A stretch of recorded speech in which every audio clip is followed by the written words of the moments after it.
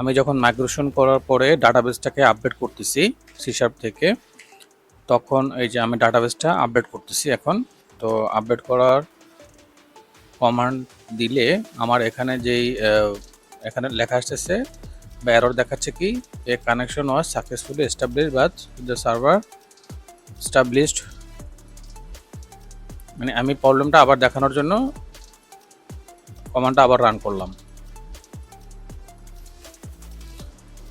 আচ্ছা, আমি যখন ডাটাবেস আপডেট করার জন্য এই কমান্ডটা ইউজ করেছি, তখন আমাকে একটা এরর দেখাচ্ছে। এরর দেখাচ্ছে হচ্ছে a connection was successfully established with the server.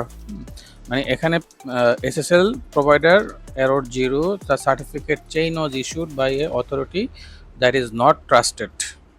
মানে থার্ড পার্টির সে এসএসএল সার্টিফিকেটটা ট্রাস্টেড না দেখাচ্ছে। তো এই প্রবলেমটা কীভাবে সলভ করব, চলুন।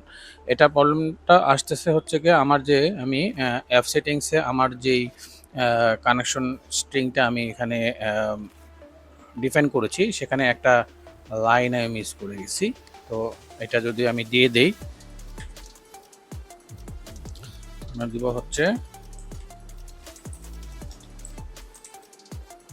ট্রাস্ট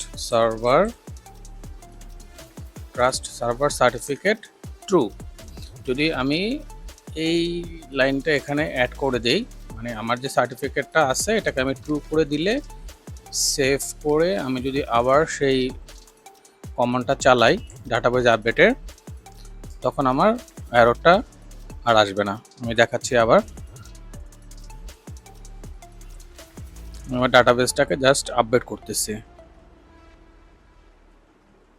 ওকে, এই যে এখন ডান হয়ে গেছে। হ্যাঁ, তখন এররটা ছিল, এখন সেই এররটা আর নেই। মানে এররটা ছিল হচ্ছে আমার এই ট্রাস্ট সার্ভার সার্টিফিকেটটাকে আমি ট্রু করিনি, এই জন্য। ভিডিওটি যদি কাজে আসে আপনাদের, আমি আশা করব একটি লাইক এবং শেয়ার করে পাশে থাকবেন।